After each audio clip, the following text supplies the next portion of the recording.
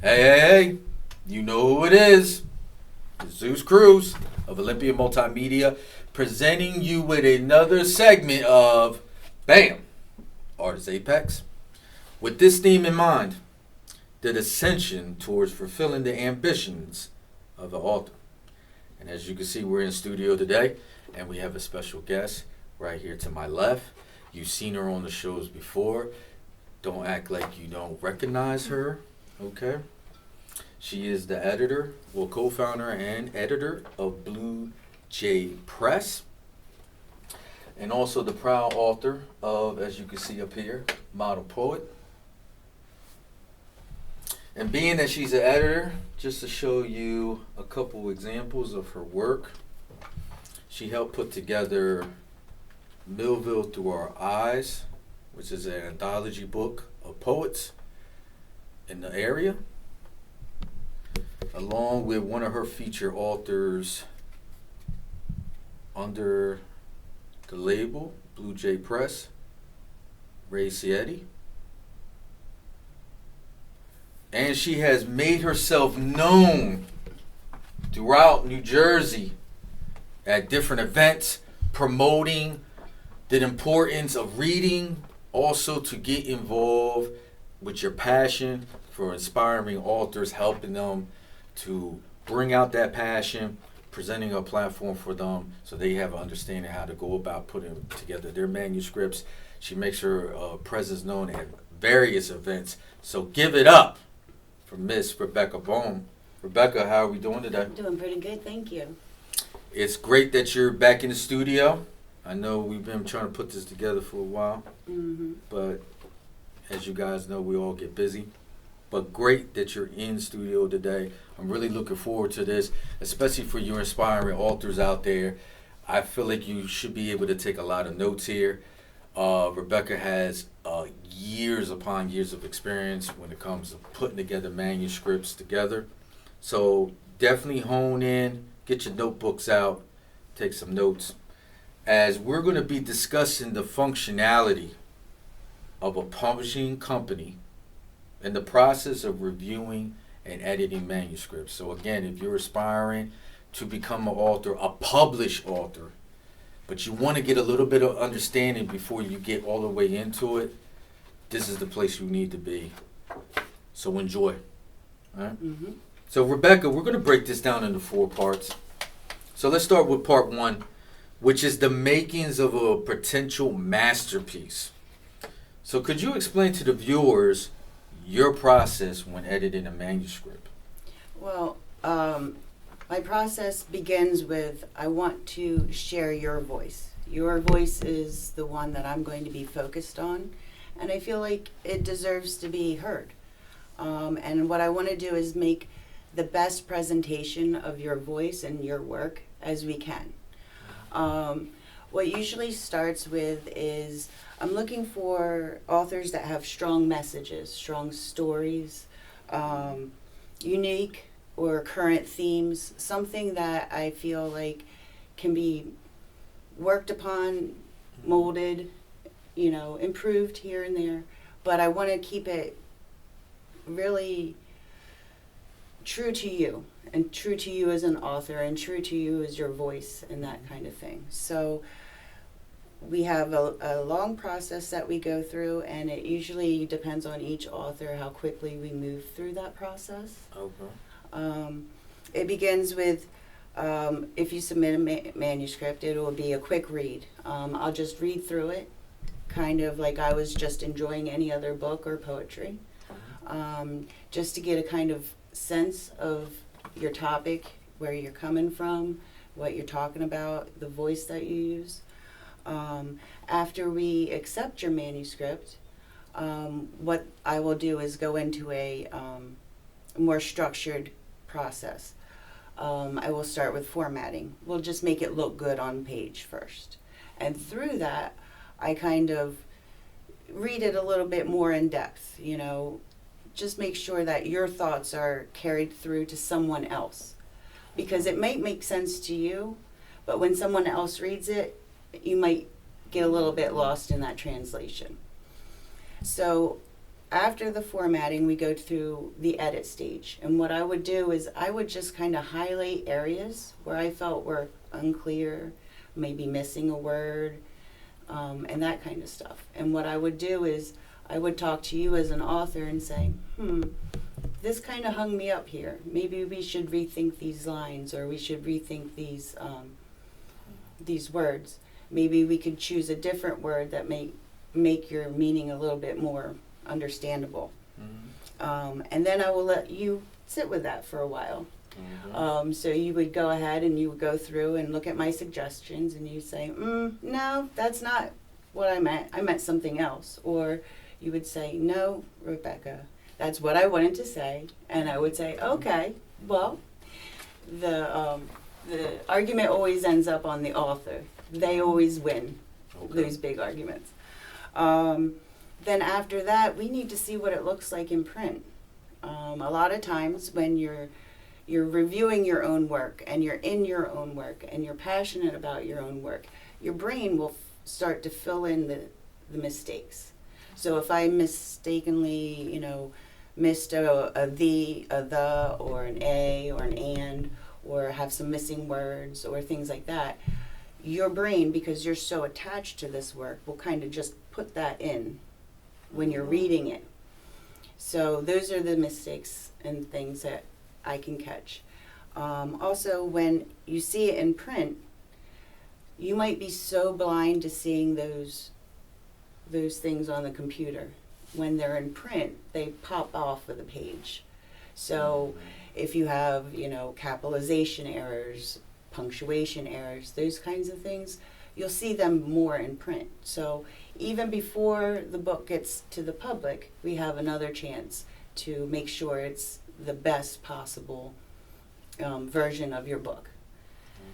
And then after that, then it's the whole, hooray, we have a new book, let's go and promote it and get it out there and get our, start getting readers for your book. Nice.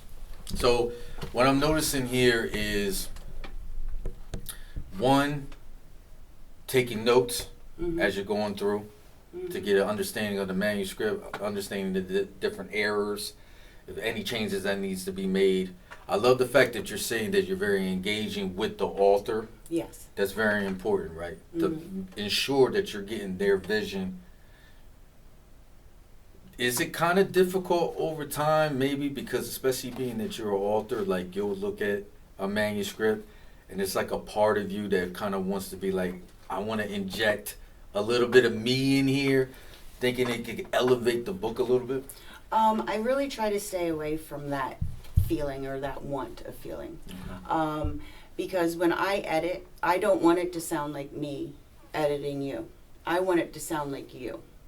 So what I will try to do is, the more I go through it, the more I read it, the more I'll develop a kind of an accent that is yours in writing.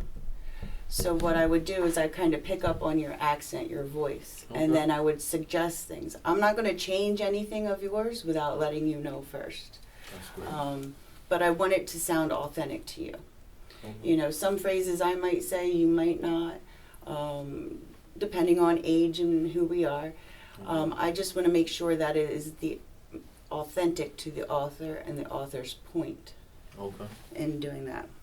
Makes sense. It gets to a point, sometimes it's hard to write my own poetry because I don't want my poetry to sound like Zeus's poetry because I've been helping Zeus with his for so long. Okay, now I get it. Yeah, that would make that makes sense. So I'm definitely curious though, what are the more frequent errors that you do find? Does it deal with grammar, punctuation, fragmented sentences, maybe the concept in itself is not coherent enough? It really depends on the type of writing. If it's poetry, I find a lot of what I call errant capitalization and punctuation. Where people are putting punctuation in places where it doesn't belong, or poetry and word processing will tell you to capitalize each first letter. But if it's a sentence, you don't do that. So that's what I call it, errant capitalization and punctuation. Okay. And that's best seen actually in print. Okay. For things like prose, short stories, novels, things like that, I see a lot of run-on sentences. I've seen paragraphs that are half a page long, but they're really only 2 sentences. Wow. So what I look for in prose is sentence structure and length. You want to kind of mix it up a little bit. You don't want a whole page being 2 sentences, because that's a lot for a reader to digest. Okay. So have you ever been in a situation where you're reading over their rough draft, Mm-hmm. and you notice, let's say they're writing a story, and you notice certain parts are not actually matching up with like maybe earlier excerpts to the story? Have you ever came across with that? Yes, I have. Okay. And what I do is, if I find it later on, I will actually go back into the manuscript, find that information where it was sent before or written before, and I'll highlight that. Oh, And then I will highlight that as a discrepancy, and then I'll come to you. okay. Like I recently did a book, and it was talking about the early 80s, and it had a writer typing on a laptop. So I had to go back to that author, and I'm like, hey, the likelihood of that person writing on a laptop in the early 80s is probably little. So should we fix that? Yeah. Just little things like that. And, while you're writing and being creative, it might just, not be noticed. But when you're reading and your brain goes, that doesn't quite click right. Right. That's when we want to revisit. It's like, do we want to change the time period, or do we want to change the equipment? Yeah. And I know probably over time with these different like errors, because it's a rough draft. Mm-hmm. I know a lot of people will try to knock it out the box, and hopefully that first draft, that's it, perfect, let's get it go to publishing. But the likelihood of that is you're going to make mistakes. Yeah. You know? And I don't even call them really mistakes, just edits, things that need to be changed. Okay. Mistakes are typos, I feel, and they're easily corrected. Those things are challenges, and especially if you're writing like historical fiction and things like that, you want to be as close to accurate as you can, because those types of things will stop the reader, and it will stop them believing in what you're writing. So if you're writing about the early 80s and you have people on cell phones and laptops, then it doesn't really jive with that feel that you're trying to create with that book. Awesome. Really good point. So this is a perfect segue to go to our part 2. Discovering the diamond in the rough. So Rebecca, in your opinion, which genre is the hardest to edit? I would have to say fantasy or sci-fi. Wow. Okay. And they're kind of the same, but opposite sides of the coin. Sometimes when I'm reading sci-fi, and if I read them on a Kindle or something like that, I'm pushing the button to see what this word means, and a lot of times it's a made up word that's for that environment. When you're writing fantasy or sci-fi, you have to create the whole world around your story. So, for example, I had a submission, and I did ask them, and give them ideas to write more. But it was in the first 2 chapters, it was fantasy, and we were introduced to 5 different locations with 5 different races of people, say like elf or dwarf or things like that. And it was just too much for 2 chapters. In those fantasy and sci-fi, there has to be a lot of backstory before you get into the real story. And I feel it's hard to write, and it's also hard to edit too, because you want to get it all in, but you don't want to tell too much. Yeah. And I can imagine too, another important component is pacing, Yes. which coincides with what you were just saying. If you're going to use the first 2 or 3 chapters of your book and you're cramming that for people to get a quick understanding of all these moving pieces, the backdrops, the different areas that they're going through, the connection between these characters, and going to your point, we need enough as a reader to get an understanding of these characters so we can resonate with these characters and really know what their purpose is within the story. Mm-hmm. So I know it has to be kind of rough and tedious if you're going over a manuscript, and it's like, wow, it's like, what made them want to cram so much early on and not having that space to kind of like make the story a little bit more fluent. I find that when people write prose, they write half of the story and the other half might still be in their head. Wow. Because I could tell you a story and it makes sense to me, but you're here going, who was that again? Why do I care about that? Those types of things. But I already have all that backstory in my head, but you don't.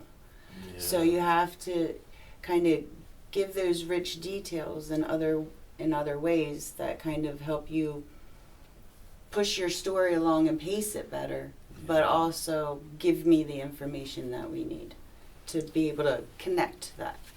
Yeah, very good point. So for you guys out there who are aspiring, just keep that in mind when it comes to, like, if that's the genre that you're going to write into. You got to give the time for the reader to kind of resonate and get that understanding of your story, especially if you can see yourself, you want to incorporate a lot of things, right? You might want to make that, find yourself maybe stretching out to maybe a series instead of just trying to put everything into one book. My biggest piece of advice is to write more. When you're writing in prose, when you're writing in stories, write more. Because we can always take away too much, but we can't put back what's needed. It's so much easier to say, I really didn't need to know that she wore a blue shirt, but I did need to know that she went to work. Yeah, that kind of thing. Okay, good point. So let's go on to our part 3 to our topic of ascension toward fulfilling the ambitions of an author. And this will be edit to success. So, as I mentioned earlier, and I'm going to pivot this for another promo right here, that Rebecca is the proud author of Model Poet. So does editing assist in making you a better writer and poet? As in me personally? Personally. I do. I think it does. I get a lot of inspiration from my authors. I don't, like I said, I don't copy them, but I get a lot of inspiration. I think that when I start reading and working with another author, I start to see, and taking on their voice lets me see their world from their eyes a little bit better. I feel like it makes me a more rounded person as well, because I get to sit in these people's world for the six or so months that it takes us to put a book out. But it does make me a better writer, because it helps me fine-tune my own writing as well. And it's really important for people, even if you don't have an editor, to have someone else read your work. Really good point. Because, like I said, you might have all that story up in your head, but it's not on the paper. So if you have someone else read, and not someone who loves you and says, "Oh, I love everything," but someone who Thank you. someone who would be willing to ask the questions. So Zeus, what did we mean here? Or what were we feeling when we wrote that? Or is this what you mean? Because that's what I'm feeling. That way you can have that discussion. And I find that when I have a discussion or a disagreement with an author, I can tell how passionate they are about it by how much they go back and try to either defend their position or that kind of stuff. So if I see that passion, I'm like, you got it. That's what you meant to say. That's what we're leaving. Awesome. But I'm really glad you brought that point up. I tell people this all the time, no matter what art form that you're into. You're never going to be better unless you surround yourself with people who are better than you. Mm-hmm. And obviously somebody who's in the position of being an editor, they have years upon years of experience understanding what a manuscript is supposed to be, how it's supposed to be formatted, how there's supposed to be fluency within the story, and then all the different, like, the errors that you find, Mm-hmm. understanding just to make a really cohesive manuscript. So again, don't take it too personal. If you hand in your first draft or your second draft or whatever, and it comes back with a lot of errors, you know, a lot of red ink all over the place, so to speak. It's nothing against you. It's just a learning process. But I always felt that way of just being around people. I know for me personally, who's been doing this for years, writing. Mm-hmm. Not just writing, but being in the process of going ahead and publishing. Because I think it shows how brave you are. Yeah. Trust me, it's not hard to really, it's hard to put your body of work out there and allow yourself to be vulnerable in that state and allow other people to read it. And then you got to take the good with the bad. Obviously, you're going to have some criticism. Not everybody's going to like your work, you know? Mm-hmm. So the fact of the matter is, if you go into it, and this is just my opinion, but if you go into it knowing that you're going to make mistakes, it doesn't mean you're a failure. It just gives you another lesson for you to, like, you know, learn from, for you to move on, be better as a writer, better as an individual. Just take it all in stride. It's just going to make you better in the long run. Yeah, and honestly, I'm not a, like, people will try to text me and they'll say, I'm so afraid I'm texting an editor, I'm going to have a typo or something like that. I'm not worried about spelling. I'm not worried about punctuation. That's easily fixed with spell check. I mean, honestly. Yeah. What I'm more worried about is your choice of words, your voice, like your strong message, your theme. That's what I'm worried. That's what I'm looking for. And if that's strong, like I said, spell check can take care of a lot of that. And if it doesn't, then we can take it out. Pretty much. So that will lead us to our final part 4, to this great symposium. And it will be food for thought. So it's going to be broken up into 2 parts. So the first part for Rebecca is, what advice would you give for individuals, not just new to writing, but they're in the position or have that desire to publish their first book? What are some things that are vital for them to keep in mind? Well, the first one is have someone else read it. Yeah. And you want to make sure that you're not emotionally attached to your work. Okay. If you are in the habit of writing for mental health or things like that, you want to make sure that you're in a safe place where you're able to share these thoughts. That's the most important. Mm.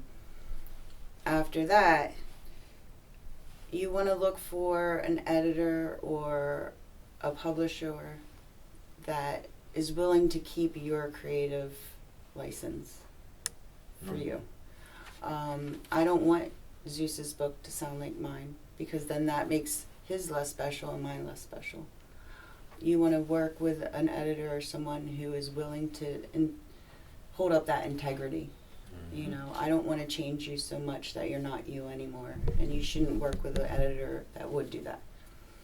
And you said with the red pen, I am not, oh, cut this and cut that, and that's terrible, and, you know, it's more like, I'm not really catching what you're saying here. Can we rephrase that a little bit? Because maybe it's me, maybe it's you, but I don't think your message is being come across. Mm-hmm. But that's the biggest thing, is have someone else read it and be in a safe place where you can share that and be open to suggestions. But also, at the end of the day, it's your work. It's your name on the cover. It's your picture in the back. So you want to make sure that it's you and authentically you. Yeah. And I think it's a good point too, especially you were dealing about like the mental health, or if you're going into very delicate topics, to know that you have a really good understanding of it. You don't want to get into a situation where you're writing something that could potentially offend someone. Yes, we do have freedom of speech, but at the same time, you want to be considerate for other people as well. Yes, it's your work. At the end of the day, you do it because you have a passion for it, first and foremost. But at the same time, you definitely don't want to offend someone or for them to feel some type of way when it comes to your work. If anything, that's going to be detrimental to your character. And then it's, I don't know how far you're going to succeed as an author if you're known for that. Yeah. You know? So reading is fun.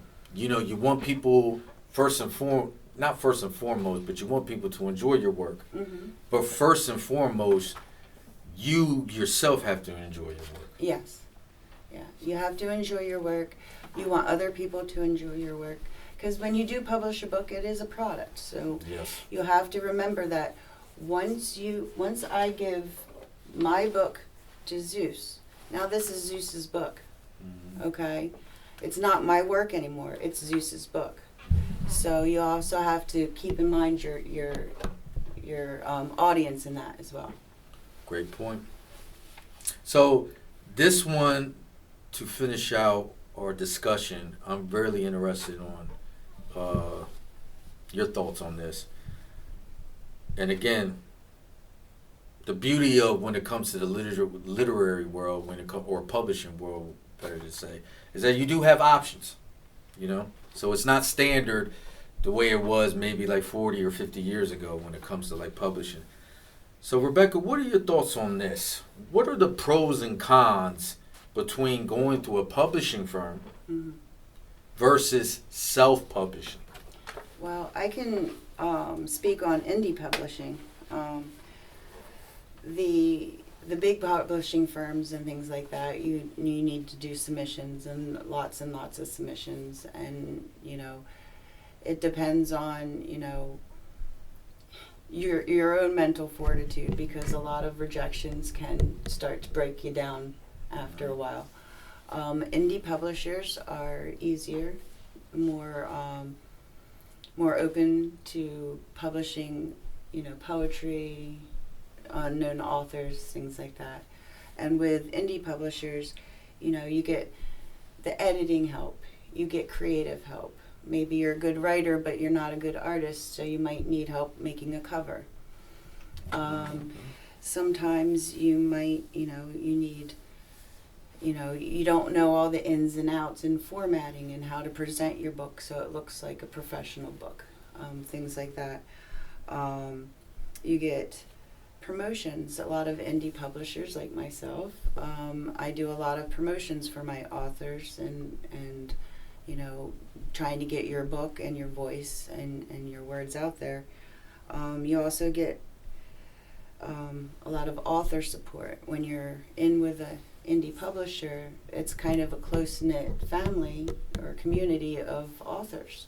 So when one person promotes their book, the publisher gets noticed, and now they're on our website, and now they see your book.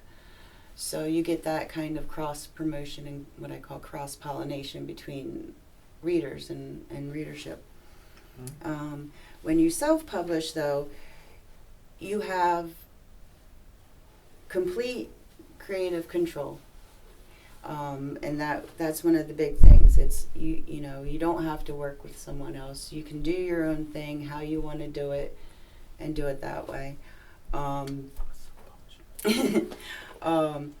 another thing is that when you self-publish, you don't have to split the proceeds from your book. There is a publishing fee for doing such all of that work. So it's up to you. It's how much do you feel like you want to take hold of, and how much do you kind of want to, pay a little bit for some extra help on that. Yeah. Couldn't have said it any better. So for you guys out there that are in position to publish your book, especially your first book, just be honest with yourself as far as not only what type of author that you want to be, but also the process and how you want to go about putting yourself out there and how much you want to put upon yourself. So it's great that you're able, in this particular case with Rebecca, going to an indie publisher. You get a lot of resources, a lot of things are at your disposal. You get a lot of help. You get a really nice safety net, so to speak. Whereas if you want total control, there's nothing wrong with self-publishing, but understand everything's on you now. Mm-hmm. You know, so if you're not in a position where, like, I'll just put myself out there real quick. It makes sense for me because, as you guys know, I operate Olympia Multimedia. We do everything when it comes to media. You know, we design book covers for other people, album covers.